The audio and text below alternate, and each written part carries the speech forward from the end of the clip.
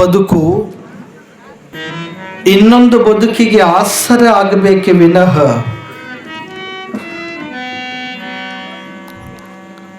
ಬದುಕು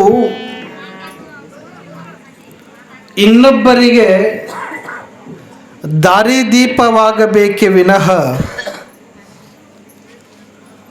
ಬದುಕು ಇನ್ನೊಬ್ಬರ ಬದುಕಿಗೆ ಹೂವಿನ ಹಾಸಿಗೆಯಾಗಬೇಕೆ ವಿನಃ ಮುಳ್ಳಿನ ಹಾಸಿಗೆಯಾಗಬಾರದು. ಆದರ್ಶಪ್ರಾಯವಾದ ಬದುಕನ್ನು ಮಾಡಬೇಕೆ ವಿನಃ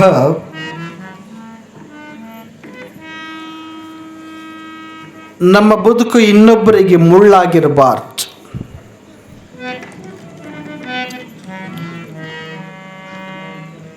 ಪರೋಪಕಾರ ಪುಣ್ಯಗಳಿಂದೊಡಗೂಡಿದ ಬದುಕಿಗೆ ಬೆಲೆ ಇದೆ ವಿನಃ ಇನ್ನೊಬ್ಬರ ಬದುಕಿನೊಳಗ ಆಟ ಆಡುವಂಥವರಿಗೆ ಯಾವತ್ತಿಗೂ ಬೆಲೆ ಇಲ್ಲ.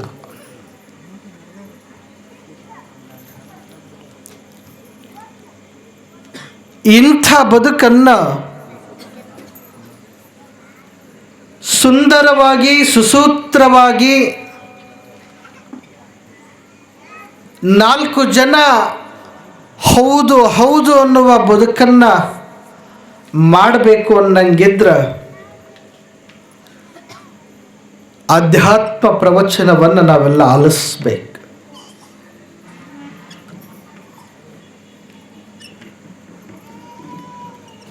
ಇನ್ನೊಬ್ಬರಿಗೆ ಆಸರೆಯಾಗಬೇಕೆ ವಿನಃ ಇಂಥ ಆಸರೆಯಿಂದೊಡಗೂಡಿದ ಬದುಕನ್ನು ಜಗತ್ತು ಯಾವತ್ತಿಗೂ ಮರೆಯಲ್ಲ.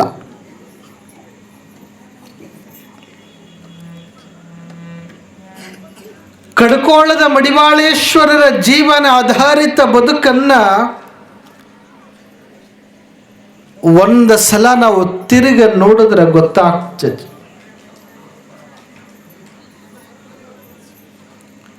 ಬದುಕು ಹೇಗಿರಬೇಕು? ಕಳ್ಳತನ ಮಾಡಬಾರದು ಎಲೆಮನವೇ, ನೀ ಸುಳ್ಳತನ ಹೇಳಬಾರದು ಎಲೆಮನವೇ. ಇದು ಬದುಕಿಗೆ ದಾರಿ ಮಾಡಿಕೊಟ್ಟದ್ದು. ಆಸೆಯ ನಳಿದು ಮನದ ಹೇಸಿಕೆ ತೊಳೆದು ಈಶ ಮಹಂತನ ಪಾದವ ಹಿಡಿಯಬೇಕು. ಇದು ಬದುಕು.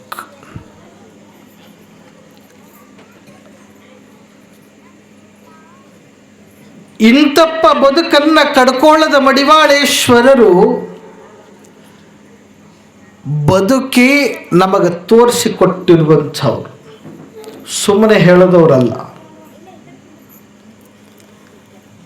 ಕಟ್ಟಿ ಮೇಲೆ ಕುಂತ ಹೇಳಕ್ಕೆ ಬಹಳ ಚಲೋ ಬರ್ತದ ತತ್ವ, ನಿಜ ಜೀವನದೊಳಗೆ ಆಚರಿಸ್ಬೇಕು. ಹುಟ್ಟಿದ ಮಗುವಿನಿಂದ ಹಿಡಿದು ಸಾಯುವ ಮುದುಕನವರೆಗೂ ಎಲ್ಲರೂ ಹೇಳೋರದಾರ, ಖರೆ ಆಚರಿಸ್ಕೊಳ್ಳೋರು ಬಹಳ ಕಡಿಮೆ ಅದಾರ.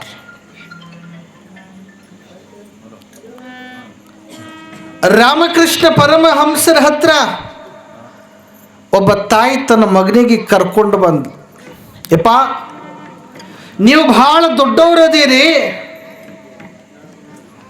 ನೀವು ಬಹಳ ದೊಡ್ಡವರಾಗಿದ್ದಕ್ಕೆ ಇಡೀ ಜಗತ್ತು ಬಂದು ನಿಮ್ಮ ಪಾದಕ್ಕೆ ಬಂದು ಬೀಳ್ತದ. ನನ್ನ ಮಗ ಯಾವತ್ತಿಗೂ ಬರೀ ಬೆಲ್ಲ ಬೆಲ್ಲ ಬೆಲ್ಲ ಬೆಲ್ಲ ಅಂತದ, ಬರೀ ಬೆಲ್ಲನೇ ತಿಂತದ.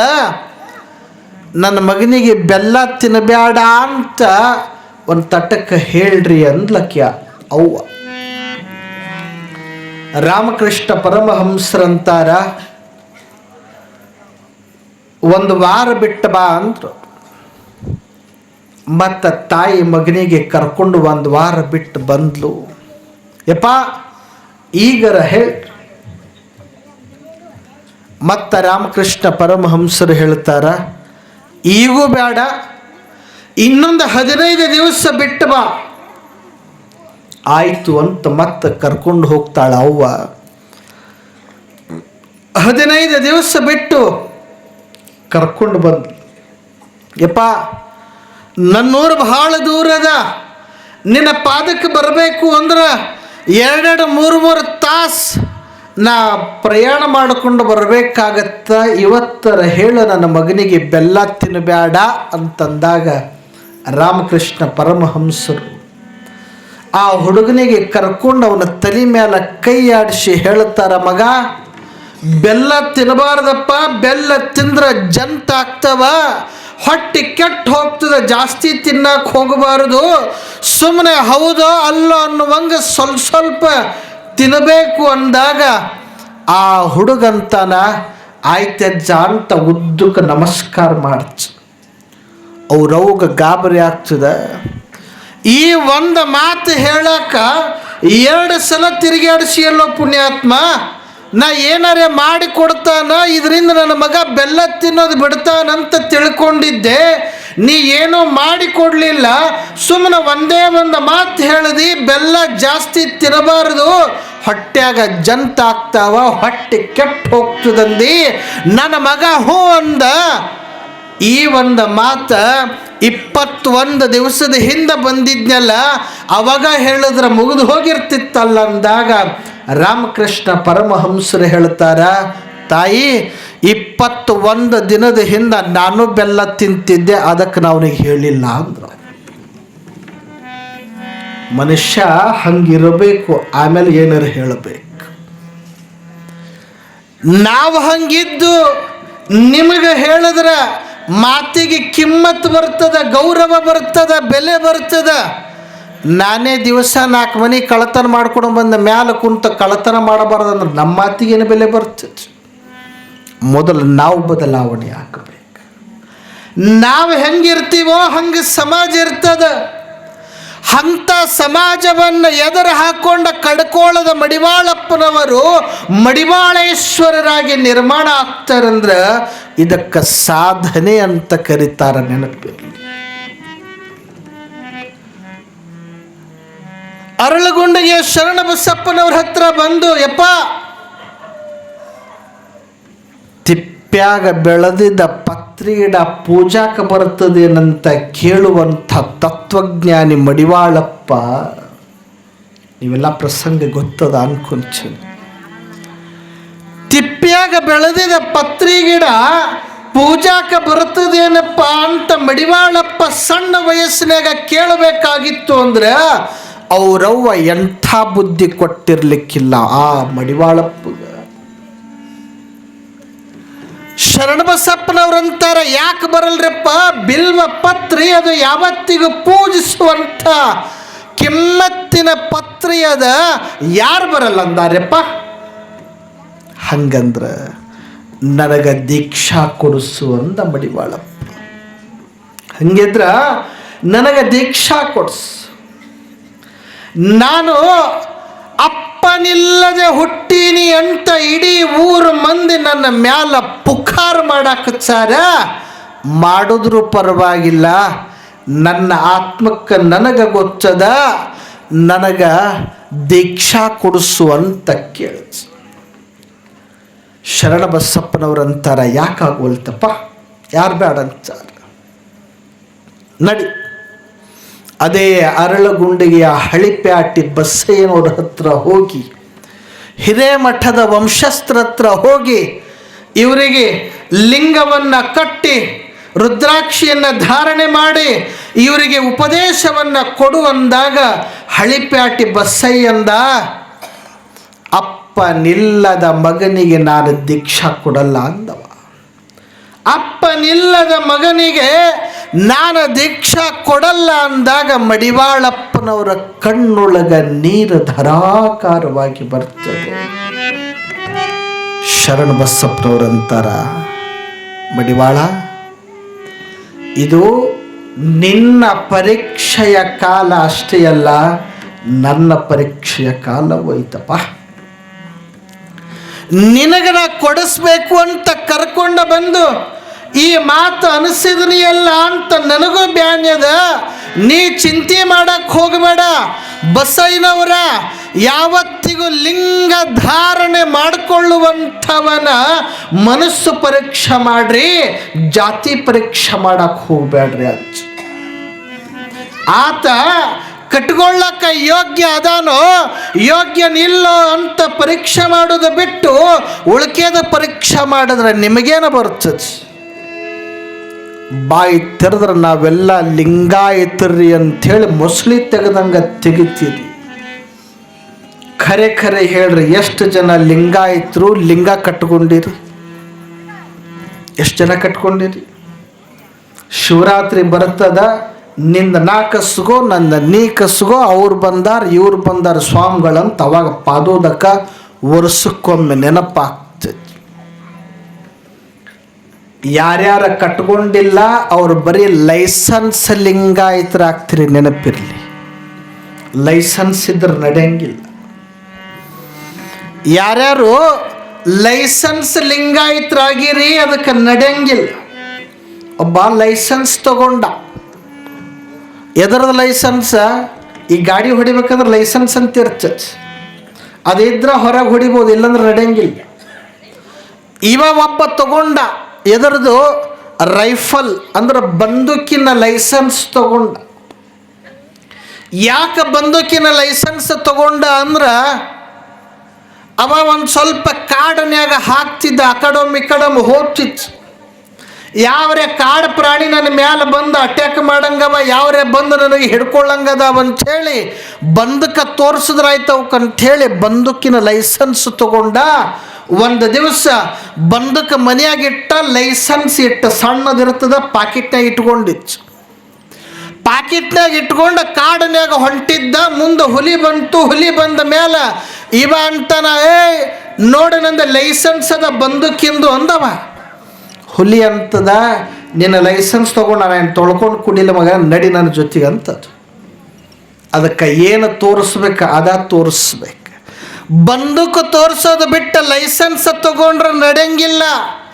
ಬರೀ ಲೈಸೆನ್ಸ್ ಲಿಂಗಾಯತ್ರ ಅಂತ ಹೇಳಿ ಮೊಸಳಿ ತೆಗೆದಂಗ ಬಾಯಿ ತೆಗೆದ್ರೆ ನಡೆಯಂಗಿಲ್ಲ.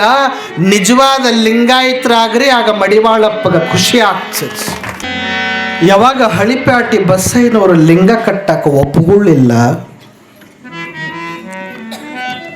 ಶರಣ ಬಸವೇಶ್ವರರು ತಮ್ಮ ಗುರುಗಳಾಗಿರುವಂಥ ಕಲಿಕೇರಿಯ ಮರುಳಾರಾಧ್ಯರಿಂದ ದೀಕ್ಷೆಯನ್ನು ಕೊಡಿಸ್ತಾರ ಮಡಿವಾಳಪ್ಪನವರಿಗೆ.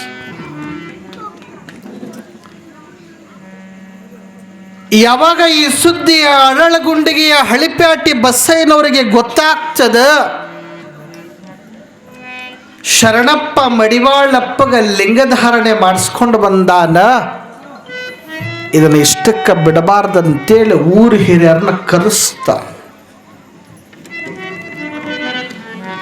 ಅಪ್ಪನಿಲ್ಲದ ಮಗನಾದ ಮಡಿವಾಳಪ್ಪಗ ಶರಣಪ್ಪ ಹೋಗಿ ಕಲಕೇರಿಯ ಮರುಳಾರಾಧ್ಯರಿಂದ ಲಿಂಗ ದೀಕ್ಷಾ ಮಾಡಿಸ್ಯಾನ, ಅದಕ್ಕೆ ಅಪಮಾನ ಮಾಡ್ಯಾನ ಅಂತ ಇಡೀ ಊರು ಜನಕ್ಕೆ ಹೇಳದ. ಊರು ಹಿರಿಯರು ಸಹಿತ ತಿಳ್ಕೊಳ್ಬೇಕೋ ತಿಳ್ಕೊಳ್ಬಾರ್ದು, ಒಂದು ತಿಳಿಲಾರ್ದಂಗ ಊದಿದ ಮಾತು ತಿಳ್ಕೊಂಡು, ಒಂದೊಂದು ಸಲ ಕಿವಿ ಊದಿದ ಮಾತು ಭಾಳ ಚಲೋ ತಿಳ್ಕೋತ. ಚಲೋದು ಹೇಳಿದ್ರೆ ಈ ಕಿವಿ ತಿಳ್ಕೊಳ್ಳಲ್ಲ ದೌಡ. ಯಾವುದು ಮಾಡಬೇಡ ಅಂದಿರ್ತದ ಮುದ್ದ ಮಾಡ್ತದೆ, ಯಾವುದು ಮಾಡಬೇಡ ಯಾವುದು ಕೇಳಬೇಡ ಅಂದಿರ್ತದ ಮುದ್ದಾಮ್ ಕೇಳ್ತದೆ. ಈ ಹೇಳಿಕೆ ಮಾತು ಕೇಳಿ ಕೇಳಿ ಕೇಳಿನೇ ದೊಡ್ಡ ದೊಡ್ಡ ಯುದ್ಧ ಆಗ್ಯಾವ. ಯುದ್ಧ ಯಾವಾಗ ಆ ಹಿರಿಯರೆಲ್ಲ ಈ ಹಳಿಪ್ಯಾಟಿ ಬಸಯ್ಯನವರ ಮಾತು ಕೇಳಿ ಒಂದಾಗಿ ಕಡ್ಕೊಳ್ದ ಮಡಿವಾಳಪ್ಪನವರಿಗೆ ಶರಣ ಬಸಪ್ಪನವರಿಗೆ ಕೊನೆ ಮಾಡಬೇಕಂತ ಬರ್ತಾರ. ಪರಿಸ್ಥಿತಿ ಎಲ್ಲಿಗೆ ಬಂತು? ಶರಣಪ್ಪನವರು ಮಡಿವಾಳಪ್ಪನವರು ವಿಚಲಿತರಾಗಲಿಲ್ಲ. ಶಿವ ಕೊಟ್ಟ ದೇಹ ಹಳ್ಳಿ ಶಿವಗೆ ಹೋಗ್ತದಂದ್ರೆ ಯಾಕೆ ಅಂಜಬೇಕು ಅಂದ್ರೆ ಅವರು ಸಾಯೋದಕ್ಕೆ ಅಂಜಲಿಲ್ಲ. ನಮಗೆ ಸಾವು ಬರ್ತದಂದ್ರೆ ನಾವು ಯಾರಿಗೂ ಹೇಳಲಾರ್ದಂಗೆ ಹೋಗಿ ಮುಚ್ಕೊಂಡು ಕುಂತಿರ್ತೀವಿ, ಸಾವಿಗೆ ಹೆದರ್ಲಿಲ್ಲ. ಯಾವಾಗ ಕಟ್ಟಿ ಮೇಲೆ ಕುಂತ ಘಳಿಗೆಯೊಳಗ ಅದೇ ಅರಳಗುಂಡಗಿಯ ಗೌಡನ ಅಕ್ಕನಾದ ಭಾಗಮ್ಮ ಗೌಡತಿಗೆ ಕುಷ್ಠರೋಗ ಏನು ಬಂದಿತ್ತು. ನಾನು ಹೇಳಾಕ ಹೊರಟಿರುವ ವಿಚಾರ ಈಗ ಹೇಳ್ತೀನಿ. ಭಾಗಮ್ಮ ಗೌಡತಿಗೆ ಯಾವಾಗ ಕುಷ್ಠರೋಗ ಬರ್ತದೆ, ಮೈಯೆಲ್ಲ ಉರಿ ಉರಿ ಅಂತ ಒದ್ದಾಡ್ತಿರ್ತಾಳ. ಈ ಕೈಯೊಳಗಿರುವ ಬೆರಳುಗಳೆಲ್ಲ ಒಂದೇ ಸಮಯ ಇನ್ನೇನ ಬಿಚ್ಚಿ ಹೋಗಿ ಬಿಡುತ್ತಾವಂತ ನೋವಾಗ್ತಿರ್ತದ. ಶರಣಬಸಪ್ಪನವರ ಪಾದಕ್ಕೆ ಬಂದ ಬೀಳುತ್ತಾಳೆ. ಯಪ್ಪ, ನನಗ ಕುಷ್ಠರೋಗ ಬಂದದ, ಇಡೀ ಊರು ಜನಕ್ಕೆ ಗೊತ್ತಾಯ್ತು ಅಂದ್ರೆ ಊರು ಬಿಟ್ಟು ಹೊರಗೆ ಹೋಗಬೇಕಾಗತ್ತ.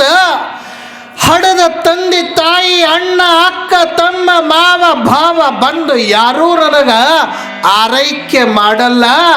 ಈ ಕುಷ್ಠ ರೋಗ ಕಳೆಯೋದ ನಿನ್ನ ಬಿಟ್ಟು ಕೊಟ್ಟಿನಂತ ಪಾದಕ್ಕೆ ಬಿದ್ದಾಗ ಶರಣಪ್ಪನವರು ಅಲ್ಲೇ ಬಾಜು ಕುಂತ ಮಡಿವಾಳಪ್ಪಗ ಹೇಳುತ್ತ, ಭಾಗಮ್ಮ ಗೌಡತಿ, ನೀ ನನಗ ತಂಗಿದ್ದಂಗ ಇಲ್ಲೋಡು, ನಿನ್ನ ಕುಷ್ಠರೋಗ ಕಳೆಯುವಂಥವನ ನಾನಲ್ಲ. ನಿನ್ನ ಕುಷ್ಠರೋಗ ಕಳೆಯುವಂಥ ಗಂಡ ಯಾರಾದರೂ ಇದ್ರ ಈ ನಾಡಿನೊಳಗ ಮಡಿವಾಳಪ್ಪ ಕುಂತಾನ, ಅವನಿಂದನೇ ಇದಕ್ಕೆ ಹೋಗ್ತದ ಮತ್ತು ಸಿಗುತ್ತಂದಾಗ ಆಯ್ತಪ್ಪ ಅಂತ ಕೈ ಮುಗಿದ್ಲು ಭಾಗಮ್ಮ ಗೌಡತಿ. ಮಡಿವಾಳಪ್ಪನವರು ಶರಣಪ್ಪನವ್ರಿಗೆ ಕೇಳ್ತಾರೆಪ್ಪ, ಹೆಂಗೆ ಮಾಡಿ ಅಂತ ಕೇಳ್ತಿಲ್ಲೋ. ತೋ ಒಳಗೇನ ಭಸ್ಮ ಅದ, ಏನದ ವಿಭೂತಿ ಹಚ್ಕೋಬೇಕು. ವಿಭೂತಿ, ಆ ವಿಭೂತಿ ಆ ವಿಭೂತಿ ತಗೊಂಡು ಮೈಗೆಲ್ಲ ಬಳಿದು ಬಿಡು ಅಂತ ಯಾವ ಮಡಿವಾಳಪ್ಪಗೆ ಶರಣಪ್ಪನವರು ಉಪದೇಶ ಕೊಟ್ಟರು, ಆ ಭಸ್ಮ ತಗೊಂಡು ಬಂದು ಒಂದೇ ಸಮನೆ ಕೈಗೆ ಹಚ್ಕೊಳ್ತಾರೆ ಮಡಿವಾಳಪ್ಪನವರು. ಆ ಭಸ್ಮ ತಗೊಂಡು ಭಾಗಮ್ಮ ಗೌಡತಿಗೆ ಮೈ ಬಳಿದು ಬಿಡ್ತಾರೆ. 3 ದಿನದಾಗ ಕುಷ್ಠ ರೋಗ ಓಡಿ ಹೋಗಿ ಬಿಡುತ್ತದೆ. ಮಹಂತ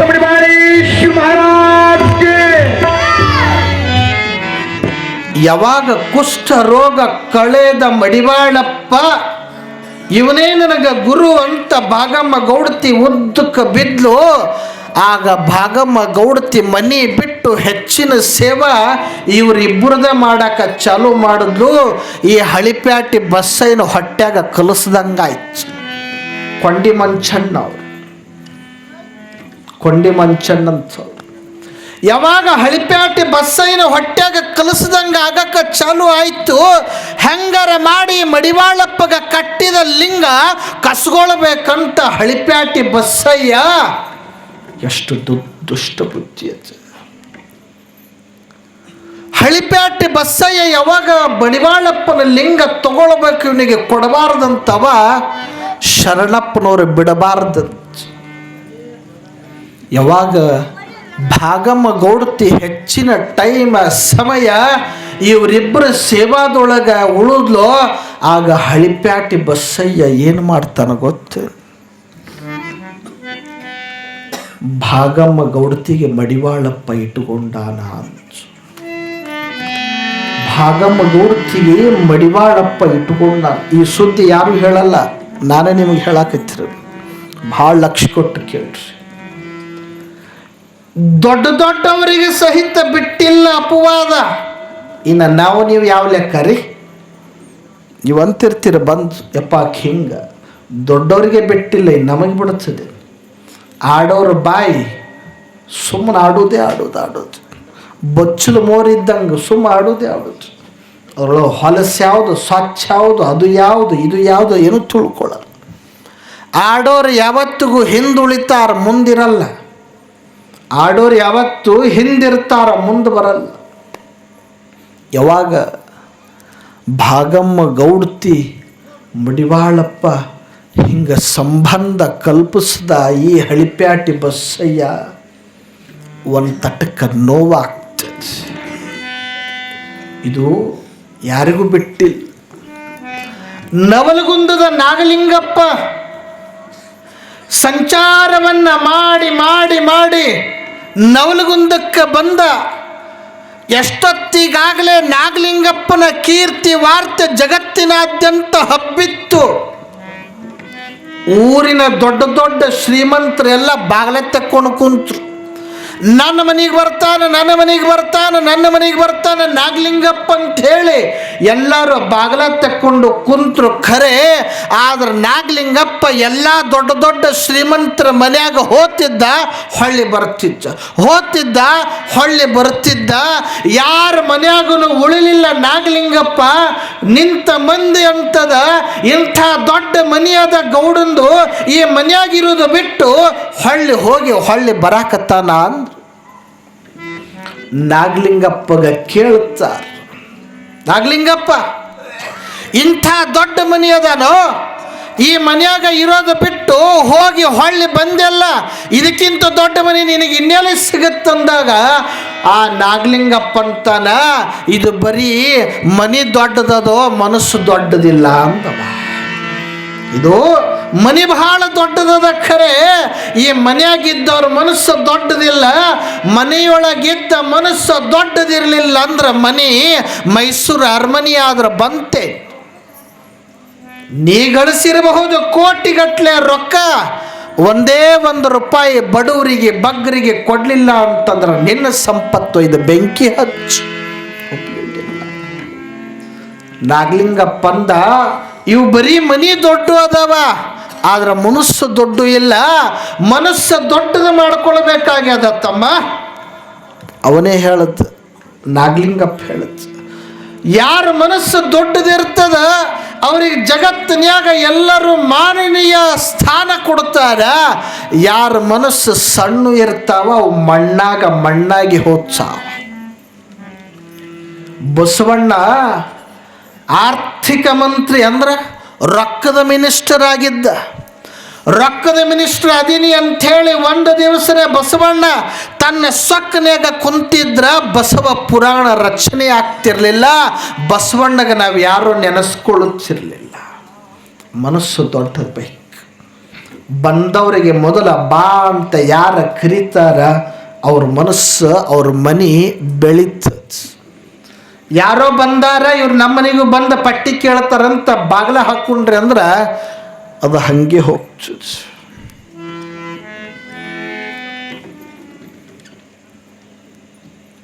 BLD ಸಂಸ್ಥೆ ನೀವೆಲ್ಲ ಬಂಥನಾಳ ಸಂಗನಬಸ ಶಿವಗಳ ಹೆಸರು ಕೇಳಿರಬೇಕು.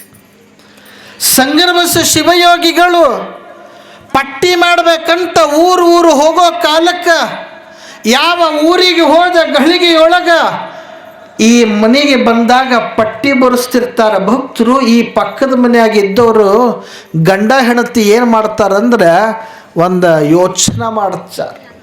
ಗಂಡ ಅಂತಾನೆ ಹೆಂಡತಿಗೆ, ನಾ ಒಳಗ ಕುಂದಿರ್ತೀನಿ, ನನ್ನ ಮನೆಯವರು ಇಲ್ಲ, ಆಮೇಲೆ ಬರ್ರು ಹೋಗ್ರಿ ಅಂತ ನೀ ಕಳಿಸ್ಬಿಡು, ನಮ್ಮ ರೊಕ್ಕ ನಮಗೆ ಉಳಿತಾವಂತ. ಯಾವಾಗ ಸಂಗನಬಸವ ಶಿವಯೋಗಿಗಳು ಈ ಪಟ್ಟಿ ಮುಗಿಸ್ಕೊಂಡು ಬಾಜು ಮನೆಗೆ ಹೋದ್ರು, ಹೆಂಡತಿ ಹೊರಗೆ ಕುಂತಿದ್ಲು. ಯಪ್ಪ ನನ್ನ ಗಂಡ ಮನ್ಯಾಗಿಲ್ಲ, ಹೊರಗೆ ಹೋಗ್ಯಾನ, ಪಟ್ಟಿ ಈ ಸದ್ದು ನನ್ನ ಬಲ್ಲಿ ಇಲ್ಲ ಅಂದಾಗ ಸಂಗನಬಸವ ಶಿವಯೋಗಿಗಳು ಒಂದೇ ಮಾತಂತಾರ, ಅವ ಯಾವಾಗ ಹೊರಗೆ ಹೋಗ್ಯಾನಂದ್ರೆ ಅವ ಜೀವನ ಪೂರ್ತಿ ಹೊರಗೆ ಹೋಗ್ಯಾನತ್ತು. ಒಂದು ಅರ್ಧ ಗಂಟೆ ಆಗಲಿಲ್ಲ, ಸತ್ತ ಸಾವಿನ ಸುದ್ದಿ ಬರ್ತದೆ. ಮನಸ್ಸು ದೊಡ್ಡದಾಗಬೇಕು. ನಿಮ್ಮ ಹತ್ರ ಇರೋದು ಒಂದೇ ರೂಪಾಯಿ ಇರಬಹುದು, ಖರೆ ಅದೇ ಒಂದು ರೂಪಾಯಿ ಒಳಗೆ ನಿಮಗೆ ಎಷ್ಟು ಬೇಕಷ್ಟು ತಗೊಂಡು ಉಳಿದಿದ್ದ ಸಮಾಜಕ್ಕಂತ ಕೊಟ್ಟು. ನಿಮ್ಮ ಮನೆಯಾಗಿರಬಹುದು ಒಂದೇ ರೊಟ್ಟಿ, ಖರೆ ನಿಮ್ಮ ಮನೆಯಾಗಿರ್ಬೋದು ಅದೇ ಖಾರ, ಅದೇ ಎಣ್ಣೆ, ನಾನು ಅದೇ ಉಣ್ತೀನಿ ಅಪ್ಪ, ನೀನು ಅದೇ ಉಣ್ಣು ಅಂತ ಕೊಟ್ಟು ನೋಡ್ರಿ, ನಿಮ್ಮ ಮನೆಯಾಗ ಯಾವತ್ತಿಗೂ ಉಳಿತು. ಅದೇ ನಾಗಲಿಂಗಪ್ಪ ಭಿಕ್ಷಕ್ಕೆ ಹೋಗಿದ್ದ. ಭಿಕ್ಷಕ್ಕೆ ಹೋದಾಗ ಮುಂದೆ ನಿಂತ ಕೇಳ್ತಾನ, ಮನೆ ಮುಂದೆ ನಿಂತು, ಯವ್ವ ನನಗೆ ಹೊಟ್ಟೆ ಭಾಳ ಹಸದದ, ಏನಾದರೂ ಒಂದು ತುಣಕ ರೊಟ್ಟಿ ಕೊಡು ಅಂದ್ರೆ ಆಕಿಂದ ಭಾಳ ಬಡತನ ಇತ್ತು. ಯಪ್ಪ ನಾನೇ ಒಂದೇ ಒಂದು ತುಣಕ ರೊಟ್ಟಿ ಇತ್ತು, ಆ ರೊಟ್ಟಿ ತಿಂದೀನಿ, ರೊಟ್ಟಿ ಖಾಲಿ ಆಗ್ಯದ ಅಂದಾಗ ನಾಗಲಿಂಗಪ್ಪಂತನ ರೊಟ್ಟಿ ಎದ್ರ ಜೊತೆಗೆ ತಿಂದಿ ಅಂದವ. ಕಲಗಲ್ನ್ಯಾಗ 2 ಮೆಣಸಿಕಾಯಿ ಹಾಕಿ ಎಣ್ಣೆ ಹಾಕಿ ಅದನ್ನು ಚಲೋತ್ನಾಗೆ ಚಟ್ನಿ ಮಾಡಿದ್ದೆ, ಅದೇ ಚಟ್ನಿ ಹಚ್ಕೊಂಡು ತಿಂದೀನಿ ಅಂದಾಗ ನಾಗಲಿಂಗಪ್ಪಂತಾನ ಅದೇ ಕಲಗಲ್ಲ ತಗೊಂಡು ಬಾ ಅಂತ ಕಳಿಸ್ತಾನ. ಆ ಕಲಗಲ್ಲ ತಗೊಂಡು ಬಂದು ಈ ಹೆಣ್ಮಗಳು ನಾಗಲಿಂಗಪ್ಪಗ ಕೊಟ್ಟಾಗ ನಾಗಲಿಂಗಪ್ಪನ ಹೊಟ್ಟೆ ಭಾಳ ಹಸಿದಿತ್ತು. ಅದೇ ಕಲಗಲ್ಲ ನೆಕ್ತಾನ, ಅದೇ ಕಲಗಲ್ಲ ನೆಕ್ತಾನ. ನೆಕ್ಕಿದ ಮ್ಯಾಲ ಒಂದೇ ಸಮ ಮುಂದೆ ನಿಂತ ಹೆಣ್ಮಗಳ ಕಣ್ಣೀರ ಧಾರಾಕಾರವಾಗಿ ಬರುವ ಕಾಲಕ್ಕೆ ನಾಗಲಿಂಗಪ್ಪಂತನ ಹುಚ್ಚಿ, ಇನ್ನು ಮುಂದೆ ನೀ ಅಳಾಕ್ ಹೋಗಬೇಡ, ತಗೋ ಉಡಿ ಹಿಡಿ ಅಂದಾಗ ಅದೇ ಕಲ್ಗಲ್ಲ ಉಡಿಯೊಳಗೆ ಹಾಕ್ತಾನ. ಅದು ಕಲ್ಗಲ್ಲಾಗಿ ಉಳಿಲಿಲ್ಲ, ಬಂಗಾರದ ಉಂಡಿಯಾಗಿ, ಬಂಗಾರದ ಉಂಡಿಯಾಗಿ. ವರ್ಷ 70 ಹೋಗ್ಸದ ಹೊಳ್ಳಿ ನಾಗಲಿಂಗಪ್ಪ ಅದೇ ಮನೆಗೆ ಬರ್ತಾನ. ತಾಯಿ ಒಂದು ತುಣುಕ ರೊಟ್ಟಿ ಕೊಡು, ಹೊಳ್ಳಿ ಹೊಟ್ಟಿ ಹಸ್ತದಂದಾಗ ಈ ಹೆಣ್ಮಗಳಂತಾಳ, ಹೋದ ಸಲ ಬಂದಾಗ ಕಲಗಲ್ನ ಬಂಗಾರ ಮಾಡಿ ಕೊಟ್ಟಾನ, ಮತ್ತು ನಾ ಈ ಸಲ ಸುಳ್ಳು ಹೇಳಿ ದೊಡ್ಡ ಕಲಗಲ್ ಒಯ್ಬೇಕಂದ್ಲಕ್ಕಿ. ಇಲ್ಲಪ್ಪ ಅಂದ್ಲು. ಯಾವಾಗ ಇಲ್ಲ ಅಂದಾಗ ಕಲಗಲ್ನ್ಯಾಗ ಒಂದು ತಟಕ್ಕೆ ಖಾರಾರ ಅದ ಏನಂದ, ಐತ್ಯಪ್ಪ ಅಂದ್ಲು. ದೊಡ್ಡ ಕಲಗಲ್ಲು ಒಯ್ದು ಕೊಟ್ಲು. ನಾಗಲಿಂಗಪ್ಪ ಕೈಯಾಗ ಹಿಡದ. ಯಾವಾಗ ಹೊಟ್ಟೆ ಹಸದಿತ್ತು ಅದೇ ಖಾರ ತಿಂದ ಹೊಟ್ಟೆ ನಾಗಲಿಂಗಪ್ಪಂದು ಉರಿಯಾಕತ್ತಿತ್ತು. ನಾಗಲಿಂಗಪ್ಪಂತಾನ ನನ್ನ ಹೊಟ್ಟೆ ಹೆಂಗೆ ಉರಿಯಾಕತ್ತದ, ನೀ ಇಲ್ಲ ಅಂದೆ ಅಂದ ಮೇಲೆ ನಿನ್ನ ಮನೆ ಉರಿದು ಹೋಗಲಿ ಅಂದ. ಇದ್ದಾಗ ಕೊಡಬೇಕು, ಇದ್ದಾಗ ಕೊಡಬೇಕು. ಮನಸ್ಸು ದೊಡ್ಡದು ಮಾಡಬೇಕು. ಮನಸ್ಸು ದೊಡ್ಡದು ಮಾಡಲಿಲ್ಲ ಅಂದ್ರೆ ಬಂತೇನ ಮನೆ ದೊಡ್ಡದು ಕಟ್ಟಿ, ಮನೆ ದೊಡ್ಡದು ಕಟ್ಟಿ ಬಂತೆ. ಹಾಗಾಗಿ ಯಾವಾಗ ನಾಗಲಿಂಗಪ್ಪಂತಾನ ಏನು ಇವರೆಲ್ಲ ಮನೆ ಕಟ್ಟ್ಯಾರೋ, ಇವ್ರು ಯಾರು ಮನಸ್ಸು ಕಟ್ಟಿಲ್ಲ, ಮನಸ್ಸು ಕಟ್ಟದವ್ರ ಬಲ್ಲಿ ನಾವು ಹೋಗಬೇಕಾಗ್ಯದಂತ ನಾಗಲಿಂಗಪ್ಪ ನವಲ್ಗಂದ ಬಿಟ್ಟು 1 ಕಿಲೋಮೀಟ್ರ್ ಹಿಂಗೆ ಅಡವ್ಯಾಗ ಹೊಂಟಿದ್ದ. ಒಬ್ಬ ಹೆಣ್ಮಗಳು ಭೀಮವ್ವ. ಏನು ಭೀಮವ್ವ? ಯಾವ ಭೀಮವ್ವ? ಸಮಗಾರದ ಭೀಮವ್ವ. ಸಮಗಾರದ ಭೀಮವ್ವ ಹೊಲದಾಗ ಗುಡಿಸಲು ಹಾಕ್ಕೊಂಡು ಬದುಕು ಮಾಡಾಕತ್ತಿದ್ಲು. ಆ ಸಮಗಾರದ ಭೀಮವ್ವನ ಗುಡಿಸ್ಲಕ್ಕ ನಾಗಲಿಂಗಪ್ಪ ಹೋಗ್ತಾನ. ನಾಗಲಿಂಗಪ್ಪ ಹೋದಾಗ ಆ ಗುಡಿಸಲನ್ಯಾಗ ಯವ್ವ ನಾ ಇರ್ತೀನಿ ಎಂದ ನಾಗಲಿಂಗಪ್ಪ. ಭೀಮವ್ವ ಅಂತಾಳ, ಯಪ್ಪ ನಂದು ಗುಡಿಸಲದ, ಮಳೆ ಬಂತು ಅಂದ್ರೆ ಯಾವಾಗ ಹರಿದು ಹೋಗ್ತದ ಗೊತ್ತಿಲ್ಲ, ನಂದು ಗುಡಿಸಲದ, ಬಿಸಿಲಿನ ಝಳಕ್ಕೆ ಯಾವಾಗ ಹೋಗಿಬಿಡುತ್ತದ ಗೊತ್ತಿಲ್ಲ, ಈ ಗುಡಿಸಲದಾಗಿರ್ತೀನಪ್ಪ. ಹೌದವ್ವ, ನನಗ ಮನೆ ಗುಡಿಸಲ ಬೇಕಾಗಿಲ್ಲ, ಮನಸ್ಸು ದೊಡ್ಡೋದಿರೋದ್ರ ಬಲ್ಲಿ ಬೇಕಾಗ್ಯದ. ನಿನ್ನ ಮನಸ್ಸು ಬಹಳ ದೊಡ್ಡದದ, ಅದಕ್ಕೆ ನಾ ಇದೇ ಗುಡಿಸಲನ್ಯಾಗ ಇರ್ತೀನಿ ಅಂದ. ಸಮಗಾರದ ಭೀಮವ್ವಂತಾಳ, ಇದು ನನ್ನ ಭಾಗ್ಯ ಅಂತ ತಿಳ್ಕೊಂಡು ಅದೇ 1 ರೊಟ್ಟಿ ಇತ್ತು, ಅರ್ಧ ರೊಟ್ಟಿ ತಾ ತಗೊಂಡ್ಲು, ಅರ್ಧ ರೊಟ್ಟಿ ನಾಗಲಿಂಗಪ್ಪಗೆ ಕೊಟ್ಲು. ಈ ಸುದ್ದಿ ಇಡೀ ಊರೊಳಗೆ ಪುಕಾರ ಆಗ್ತದ. ಈ ದೊಡ್ಡ ದೊಡ್ಡವ್ರೆಲ್ಲ ಏನೇನು ಮನ್ಯಾಗ ಹೋಗಿ ಬಂದಿದ್ದ ನಾಗಲಿಂಗಪ್ಪ ಇವಾಗ ಹೊಟ್ಯಾಗ ಕಲಸ್ದಂಗಾಗಿತ್ತಲ್ಲ, ಅವು ಪುಕಾರ ಮಾಡ್ತಾವ. ಏನು ಪುಕಾರ ಮಾಡ್ತಾವಂದ್ರೆ ನಾಗಲಿಂಗಪ್ಪಗ ಭೀಮವ್ವ ಇಟ್ಕೊಂಡಾಳ. ನಾಗಲಿಂಗಪ್ಪಗ ಭೀಮವ್ವ ಇಟ್ಕೊಂಡಾಳ ಅಂತ ಪುಕಾರ ಮಾಡ್ತಾವ. ತಮ್ಮ ಮತ್ಸರ ಭಾವಕ್ಕೆ ಯಾವ ಸಮಗಾರದ ಭೀಮವ್ವ ಕಾಯಿಪಲ್ಯ ತರಬೇಕಂತ ಬಜಾರಕ್ಕೆ ಬಂದ್ಲು. ಇವು ಕಟ್ಟಿ ಮೇಲೆ ಕುಂತು ದೊಡ್ಡ ದೊಡ್ಡವ್ರು ಎಲ್ಲ ಮಾತಾಡಕತ್ತಿದ್ವು. ಏನು ಮಾತಾಡಕತ್ತಿದ್ವು ಅಂದ್ರೆ ಈಕಿನೇ ನೋಡು ಸಮಗಾರದ ಭೀಮವ್ವ ನಾಗಲಿಂಗಪ್ಪಗೆ ಇಟ್ಕೊಂಡಾಕಿ ಅಂತ. ಭೀಮವ್ವನ ಕಿವಿಗೆ ಬೀಳುತ್ತದ. ಭೀಮವ್ವ ಅಂತಾಳ, ಯಾವ ಕಾಯಿಪಲ್ಯ ತಗೊಳ್ಳಾರ್ದಂಗೆ ಒಂದೇ ಸಮನೆ ಅಳ್ಕೋಂತ ಗುಡಿಸಲಕ್ಕೆ ಹೋಗ್ತಾಳ. ಹಿಂಗೆ ಧಾರಾಕಾರವಾಗಿ ಅಳುವ ಕಾಲಕ್ಕೆ ನಾಗಲಿಂಗಪ್ಪಂತನ ಯಾಕೆ ಅಳಕತ್ತೀಯವ್ವ, ಯಾಕೆ ಅಳಕತ್ತಿ? ಆಗ ಭೀಮವ್ವಂತಾಳ, ನಾ ನಿನಗೆ ಇಟ್ಕೊಂಡೀನಿ ಅಂತ ಪುಕಾರ ಮಾಡ್ಯಾರಪ್ಪ ಊರಾಗ, ಅವ್ರದೇನ ತಪ್ಪದ ಅಂದಿವ. ನಾನಿನ ಗುಡಿಸಲಿನಾಗದೀನಿ, ಅದಕ್ಕೆ ಅನ್ನಕತ್ತಾರ ತಗೋ. ಅವ ತಿಳ್ಕೊಂಡಿದ್ದು ಹಿಂಗೆ, ಇವ ಅನ್ನಕತ್ತಿದ್ದು ಹಿಂಗೆ. ವ್ಯತ್ಯಾಸದ. ಅವ ತಿಳ್ಕೊಂಡಿದ್ದು ಹಿಂಗ, ಇವ ಕೆಲಸಕ್ಕೆ ಬರಲಾರ್ದ ತಿಳ್ಕೊಂಡಿದ್ದು ಹಿಂಗ. ಯಾವತ್ತಿಗೂ ಅರ್ಧಮರ್ಧ ಮನಸ್ಸು ಯಾವುದಿರ್ತಾವ ಓಸು ಮಣಕಾಲ ಕೆಳಗಿಂದ ಯೋಚನೆ ಮಾಡುತ್ತಾವ. ಮನಸ್ಸು ಪೂರ್ಣ ಆಗ್ಬೇಕು, ಅರ್ಧಮರ್ಧ ಆಗಬೇಕು. ನೀವು ಅಂತಿರಲ್ಲ ಚಿಲ್ಲರ ಬುದ್ಧಿ ರೀ ಅದು. ಚಿಲ್ಲರ ಬುದ್ಧಿ ಅಂದ್ರೆ ಸುಮ್ಮ ಡಗಡ ಸೌಂಡ್ ಮಾಡೋದು ಅಟ್ಟೆ. ನೋಟ್ ಯಾವಾಗ್ರೆ ಸೌಂಡ್ ಮಾಡ್ತಾವನ್. ಯಾವ ನಿನ್ನ ಬಗ್ಗೆ ಪುಕಾರ ಮಾಡಕತ್ತವಂದ್ರೆ ತಿಳ್ಕೊಂಬಿಡ್ರಿ, ಅವಕ್ಕೆ ಮಣಕಾಲ ಕೆಳಗಿನ ಬುದ್ಧಿ ಅದಾವ, ಚಿಲ್ಲರ ಬುದ್ಧಿ ಅದಾವ ಅಂತ ತಿಳ್ಕೊಂಬಿಡ್ರಿ. ಯಾರು ನಿನ್ನ ಬಗ್ಗೆ ಚಲೋ ಹೇಳಕತ್ತಾರಂದ್ರೆ ತಿಳ್ಕೊಳ್ರಿ, ಅವು ಕಿಮ್ಮತ್ತಿನ ನೋಟಿನ ಬುದ್ಧಿ ಅದ ಅಂಚ. ಅವು ಕಿಮ್ಮತ್ತಿನ ನೋಟಿನ ಬುದ್ಧಿ. ಹಿಂಗೆ ಯಾವಾಗ ಅಂದಾಗ, ಯಪ್ಪ ನೀ ಹೇಳೋದು ಬೇರೆ, ಅವ್ರು ಹೇಳ್ತಿರೋದು ಬೇರೆ. ಯಾಕೆ ಚಿಂತೆ ಮಾಡು, ಬಾ ನಿನ್ನ ಜೊತೆಗೆ ನಾನು ಬರ್ತೀನಂತ ನಾಗಲಿಂಗಪ್ಪ ಆ ಭೀಮವ್ಗ ಕರ್ಕೊಂಡು ಬಂದ ಊರ ನಡಬರಕ್ಕೆ ಕುಂದರ್ಸ್ದ. ಯಾವಾಗ ಯಾರು ಮಾತಾಡಕತ್ತಿದ್ರೋ ಆ ಮಾತಾಡೋರ ಮುಂದೆ ನಾಗಲಿಂಗಪ್ಪ ಭೀಮವ್ಗ ಕುಂದರ್ಸಿ ನಾಗಲಿಂಗಪ್ಪ ಏನು ದೊಡ್ಡವಾಗಿದ್ನಲ್ಲ ಸಣ್ಣ ಕೂಸಾಗಿ ಭೀಮವ್ನ ತೊಡಿ ಮೇಲೆ ಆಡ್ತಾನ. ಆಗ ಜನಕ್ಕೆ ಗೊತ್ತಾಗ್ತದೆ ಮಹಾತ್ಮರ ಮಹಿಮೆ ತಿಳ್ಕೊಳ್ಳಾರ್ದ ಯಾರ ಮಾತಾಡಿದ್ರಿ ಅಂತಂದ್ರೆ ಪಾಪ ಬರುತ್ತೆ. ಬೆಕ್ಕಿನ ತಾಪ, ಮಂಗನ ಕೋಪ, ಗುರುವಿನ ಶಾಪ ಬಹಳ ಡೇಂಜರ್. ಏನು ಸುಮ್ಮನೆ ಮಾತಾಡಬಾರ್ದು, ಯಾರ ಬಗ್ಗೆನೂ ಸುಮ್ಮನೆ ಮಾತಾಡಕ್ಕೆ ಹೋಗಬಾರ್ದು. ನಿಮಗೆ ತಿಳಿದ್ರೆ ಅವ್ರ ಬಗ್ಗೆ ಮಾತಾಡ್ರಿ, ತಿಳಿಲಿಕ್ಕಂದ್ರೆ ಗಪ್ಪ ಕುಂತು ಬಿಡ್ರಿ, ನಿಮಗೆ ಚಲೋ ಬರ್ತದೆ. ಅವಂದೇನು ಇವಂದೇನು ಅಂದ್ರೆ ನಿಂದೇನಂತ ಭಗವಂತ ಕೇಳ್ತಾನೆ ನಿನಗೆ. ಅವಂದೇನು ಇವಂದೇನಂತ ಕೇಳೋ ಕಾಲಕ್ಕೆ ದೇವ್ರು ಕೇಳ್ತಾನ ನಿಂದೇನದ ಅದು ಹೇಳ್ಬೋದು. ಶರೀಫ ಸಾಹೇಬ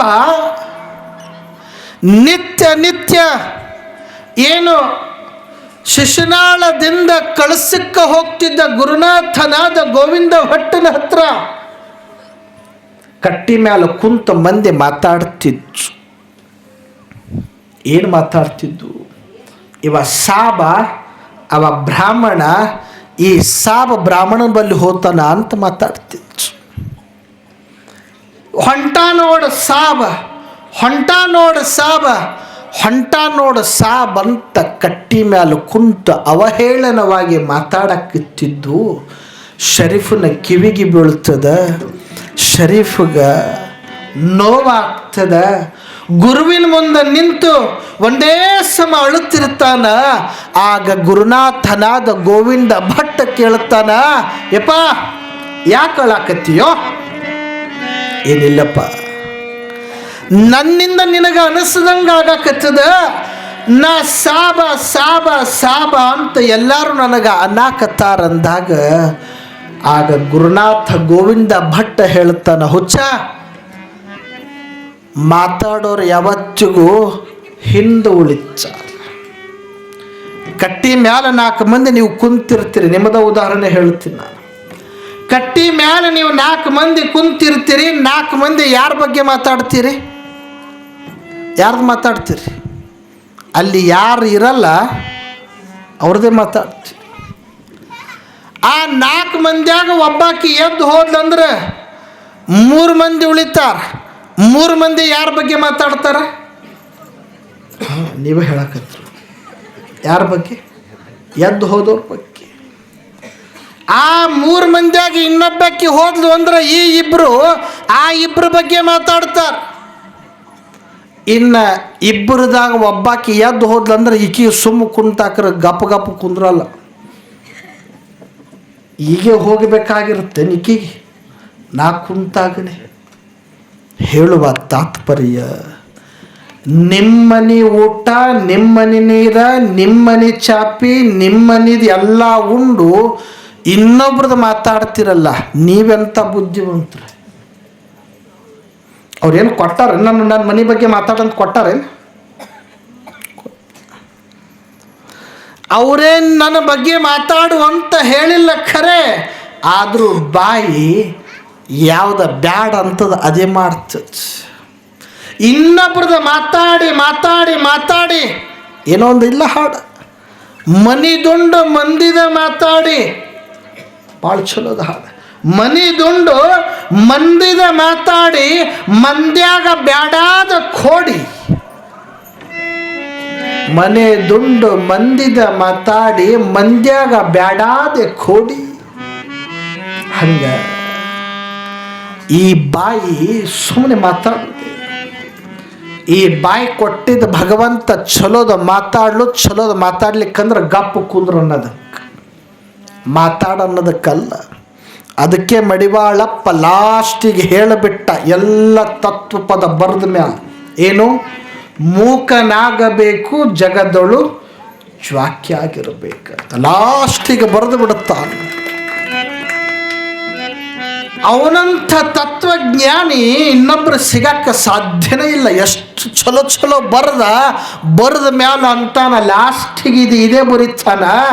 ಆತನ ಕೊನೆಯ ಪದ್ಯ ಇದೆ, ಮೂಕನಾಗಬೇಕು ಜಗದೊಳು ಜ್ವಾಕ್ಯಾಗಿರಬೇಕು. ಮಾತು ಕಲಿಯಬೇಕು, ಮಾತಿನ ಅರ್ಥ ತಿಳಿಯಬೇಕು, ಮಾತು ಬಲ್ಲ ಮಹಾ ಜ್ಞಾನಿಯ ಕೂಡ ಕೋತಿ ಹಂಗ ಬೆನ್ನು ಹತ್ತಿರಬೇಕು. ಆ ಮಂಗೆ ಆಡಿಸೋರು ನೋಡಿರಿಲ್ಲ ಹೆಂಗೆ ಬೆನ್ನು ಹತ್ತಿರ್ತದೆ. ಹಂಗ ತತ್ವ ಕಲಿಯಬೇಕು, ತತ್ವದ ಅರ್ಥ ತಿಳಿಯಬೇಕು. ತತ್ವ ಬಲ್ಲ ಮಹಾಜ್ಞಾನಿಯ ಕೂಡ ಕತ್ತಿಯ ಹಂಗ ಬೆನ್ನು ಹಚ್ಚಿರಬೇಕು. ಮೂಕನಾಗಬೇಕು ಜಗದೊಳು ಜ್ವಾಕ್ಯಾಗಿರಬೇಕು. ಆಸೆಯ ನಳಿದು ಮನದ ಹೇಸಿಕೆ ತೊಳೆದು ಈಶ ಮಹಂತನ ಪಾದವ ಹಿಡಿದಿರಬೇಕು. ಮೂಕನಾಗಬೇಕು ಜಗದೊಳು ಜ್ವಾಕ್ಯಾಗಿರಬೇಕು. ಮೂಲ್ಯಾಗ ವರ್ಷಿನ ಮ್ಯಾಲ ಮಲ್ಕೊಂಡ ಮುದುಕ ನೀರು ಹೋಗುವಲ್ತ, ಚಾ ಹೋಗುವಲ್ತ, ಊಟ ಹೋಗುವಲ್ತ, ಮಾತಾಡ್ಬೇಕಂದ್ರೆ ಮಾತು ಬರುವಲ್ಲ ಆಗ್ಯಾವ. ಅಂಥ ಪರಿಸ್ಥಿತಿಯೊಳಗೆ ಮೂಲ್ಯಾಗ ವರ್ಷಿನ ಮೇಲೆ ಹಾಕ್ಯಾರ. ಓಸು ಮಂದಿ ಬಂದ ಮಾತಾಡ್ಸಕತ್ತಾರ. ಈ ಮುದುಕ ಒಂದೇ ಸಮನ ಹಿಂಗ ಕಣ್ಣು ನೋಡಿ ಮೂಲ್ಯಾಗ ಕೈ ಮಾಡಿ ತೋರ್ಸಾಕತ್ತಿದ್ದ. ಉಯ್ ಅನ್ನಕತ್ತಿತ್ತು. ಆ ಮುದುಕಿಗೆ 2 ಗಂಡು ಹುಡುಗರು, ಇನ್ನೂ ಆಸ್ತಿ ಭಾಗ ಮಾಡಿ ಕೊಟ್ಟಿಲ್ಲ. ನನ್ನಪ್ಪ ಇನ್ನೂ ಆಸ್ತಿ ಕೊಟ್ಟಿಲ್ಲ. ಮೂಲ್ಯಾಗ ಏನೋ ಕೈ ಮಾಡಿ ತೋರ್ಸಾಕತ್ತಾನ. ಮಾತು ಕಟ್ಟಾಗ್ಯಾವ. ಊಟ ಇಲ್ಲ, ನೀರಿಲ್ಲ, ನಿದ್ದಿಲ್ಲ, ಚಾ ಇಲ್ಲ. ಹೆಂಗಾರೆ ಮಾಡಿ ನಮ್ಮಪ್ಪಗ 5 ನಿಮಿಷ ಮಾತಾಡುವಂಗ ಮಾಡಿಸ್ಬೇಕು. ನಮ್ಮಪ್ಪ ಎಲ್ಲಿ ಬಂಗಾರ ಇಟ್ಟಿಗಿಟ್ಟಿರಬೇಕು, ಮೂಲ್ಯಾಗ ಕೈ ಮಾಡಾಕತ್ತಾನ ಅಂಥೇಳಿ ದವಾಖಾನಿಗೆ ಹೋಗಿ ಡಾಕ್ಟ್ರ್ ಕರ್ಕೊಂಡು ಬಂದರು. ಯಪ್ಪ ಡಾಕ್ಟ್ರ್ ಸಾಹೇಬ, ನಮ್ಮಪ್ಪ ಮೂಲ್ಯಾಗ ಕೈ ಮಾಡಿ ತೋರ್ಸಾಕತ್ತಾನ, ಉಯ್ ಅನ್ನಕತ್ತಾನ. ಒಂದು 5 ನಿಮಿಷ ನಮ್ಮಪ್ಪ ಮಾತಾಡುವಂಗ ಮಾಡು. ಡಾಕ್ಟ್ರ್ ಅಂದ, 5 ನಿಮಿಷ ಮಾತಾಡಕ್ಕೆ 5 ಲಕ್ಷ ರೂಪಾಯಿ ಇಂಜೆಕ್ಷನ್ ಅದ ನೋಡಂದವ. ಅಣ್ಣ ತಮ್ಮ ಅಂತಾರ, ನೀ 2.5 ಲಕ್ಷ 2 ರಂಗ ತೊಗೊಂಡವ, ನಾನು 2.5 ಲಕ್ಷ 2 ರಂಗ ತೊಗೊಂಬರ್ತೀನಿ. ಇಬ್ರು ಅಣ್ಣ ತಮ್ಮ ಸೇರಿ 2 ರಂಗ 2.5 ಲಕ್ಷ ತೊಗೊಂಡು ಬಂದು 5 ಲಕ್ಷ ಡಾಕ್ಟ್ರಿಗೆ ಕೊಟ್ಟ ಮೇಲೆ ಡಾಕ್ಟ್ರ್ ಅಂತಾನ, ತಮ್ಮ ನೋಡು ಖರೆ ಮಾಡ್ಲೇ ಬೇಡ, ಮಾಡ್ರಿ, ಮೂಲ್ಯಾಗ ಗಂಟಿಟ್ಟ ನಮ್ಮಪ್ಪ, ಅದಕ್ಕೆ ಉಯ್ ಅನ್ನಕತ್ತಾರ. ಮಾಡಬೇಡ್ರಿ. ಡಾಕ್ಟ್ರ್ ಇಂಜೆಕ್ಷನ್ ಮಾಡ್ದ. 5 ನಿಮಿಷ ಆಲಿಲ್ಲ, ಎದ್ದು ಕುಂತ ಮಾತಾಡಕತ್ತ. ಮಗ ಹಿರಿಮಗ ಬಂದಂತಾನ, ನಿಂದ ಉಳಿದಿದ್ದ ಟೈಮ್ 5 ನಿಮಿಷ ಉಳ್ದದ, ಮೂಲ್ಯಾಗ ಕೈ ಮಾಡಿ ತೋರ್ಸಾಕತ್ತಿದ್ದೆ, ಬೆಳ್ಳಿಟ್ಟ್ಯೋ ಬಂಗಾರ ಇಟ್ಟ್ಯೋ ಏನಿಟ್ಟ್ಯೋ ದೌಡ್ ಹೇಳ ಮೂಲ್ಯಾಗ ಎಲ್ಲಿಟ್ಟಿ ರೊಕ್ಕ ರೂಪಾಯಿ ಎಂದಾಗ ಅವ ಅಂತಾನ ಮುದಕ ಹುಚ್ಚಬರ್ಗಿ ಮೂಲ್ಯಾಗ ಎಮ್ಮಿಕರ ಕಸಬರ್ಗಿ ತಿನ್ನಕತ್ತಿತ್ತು ಹೊಡಿ ಎಂದನ ಅಂದವ. ಆಸೆಯ ನಳಿದು ಮನದ ಹೇಸಿಕೆ ತೊಳೆದು ಈಶ ಮಹಂತನ ಪಾದವ ಹಿಡಿದಿರಬೇಕೋ, ಮೂಕನಾಗಬೇಕೋ, ಜಗದೊಳ ಜ್ವಾಕ್ಯಾಗಿರಬೇಕು. ಇದು ಭಾಳ ಕೋಡಿ ಅದ ಆಸೆ ಅನ್ನೋದು. ನೀವೇ ಅಂತೀರಿ ಭಾಳ ಕೋಡ್ರಿ ಆಸೆ ಅನ್ನೋದು. ಅಟ್ಟೆಲ್ಲ ಗೊತ್ತಿದ್ರು ಮತ್ತೆ ಹೋಗುದೆ. ಜ್ವರ ಬಂದವ ಹೋಗುದೆ ಹೊಲಕ್ಕೆ, ಅದು ಬಂದವ ಹೋಗುದೆ, ಆಸೆ ಅನ್ನೋದಕ್ಕೆ. ಹಾಗಾಗಿ ಮಡಿವಾಳಪ್ಪನವರಿಗೆ ಯಾವಾಗ ಹಳಿಪ್ಯಾಟಿ ಬಸ್ಸಯ್ಯ ಈ ಮಡಿವಾಳಪ್ಪ ಲಿಂಗ ಕಟ್ಕೊಂಡಾನಂದ ಮ್ಯಾಲ ಇವನ ಲಿಂಗ ಕಸ್ಕೊಳ್ಬೇಕು ಹೆಂಗಾರೆ ಮಾಡಿ ಅಂತ ಯಾವಾಗ ಭಾಗಮ್ಮ ಗೌಡ್ತಿಗೆ ಅವನಿಗೆ ಸಂಬಂಧ ಕಲಿಸ್ಪುಸಿದ್ರು ಖರೆ. ಆದ್ರೆ ವಿಚಲಿತರಾಗಲಾರ್ದಂಗ ಬದುಕ ಮಾಡ್ತಾನೆ ಮಡಿವಾಳಪ್ಪ. ಯಾವಾಗ ಈ ಸುದ್ದಿ ಊರಾಗ ಹಬ್ಬದಾಗ ಶರಣ ಬಸಪ್ಪನವರ ಕಿವಿಗೆ ಬೀಳುತ್ತದ, ಶರಣಪ್ಪನವರಿಗೆ ಕೊಲೆ ಮಾಡಬೇಕಂತ ಇಡೀ ಊರು ಮಂದಿ ಸಜ್ಜಾಗ್ತದ. ಆ ದಾಸೋಹ ಮಹಾಮನಿಯೊಳಗ ಅಡಿಗೆ ಮಾಡೋ ಹೆಣ್ಮಗಳು ಶರಣಪ್ಪನವರಿಗೆ ಬಂದು ಹೇಳುತ್ತಾಳೆಪ್ಪ, ನಾಳೆ ನೀವು ಎಷ್ಟೊತ್ತಿದ್ರು ಈ ಊರು ಇವತ್ತು ರಾತ್ರಿ 12ಕ್ಕೆ ಬಿಟ್ಟು ಹೋಗಬೇಕು ಅಂತ. ಯಾಕಂತ ಕೇಳ್ತಾರ ಶರಣಪ್ಪನವರು.